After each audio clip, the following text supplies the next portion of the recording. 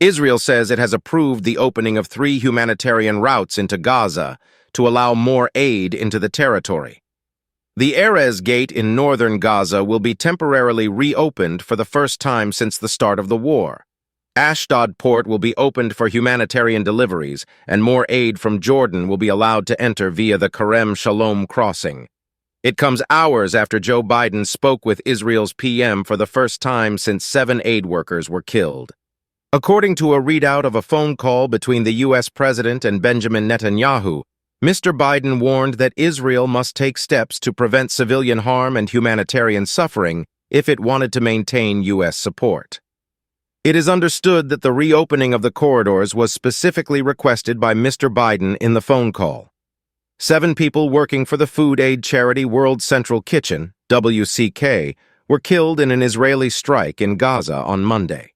The WCK convoy they were traveling in was hit by an Israeli airstrike as it traveled south along the Israeli-designated coastal aid route, just after they had unloaded more than 100 tons of food from a barge at a warehouse in Deir al-Balah.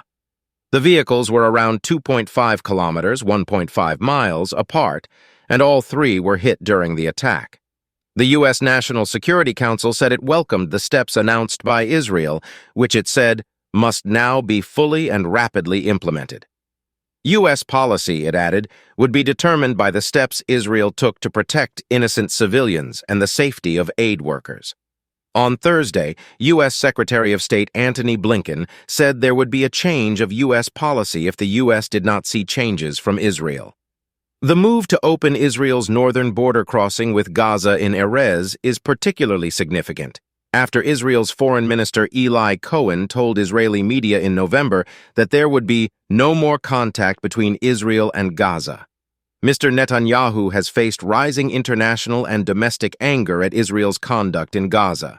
A long line of lorries filled with aid has been backing up on the Egyptian side of the border with Rafah for months, as they can only enter Gaza after a complex and bureaucratic series of Israeli checks. The absence of adequate humanitarian supplies has forced Jordan, the U.S. and U.K. to drop aid from the air, the least effective way to deliver humanitarian supplies.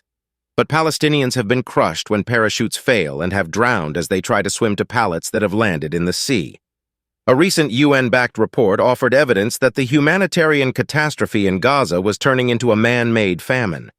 And the UN's most senior human rights official, Volker Turk, recently told the BBC that there was a plausible case that Israel was using starvation as a weapon of war in Gaza. More than 196 aid workers have been killed in Gaza since October, according to the U.S.-funded Aid Worker Security Database, which records major incidents of violence against aid personnel. Not all have been killed in the line of duty. Much of the Gaza Strip has been devastated during the Israeli military operations that began after Hamas-led gunmen attacked southern Israel on the 7th of October, killing about 1,200 people and seizing 253 hostages. More than 33,000 people have been killed in Gaza since then, the territory's Hamas-run health ministry says. Kindly like, subscribe, and share your thoughts in the comments section.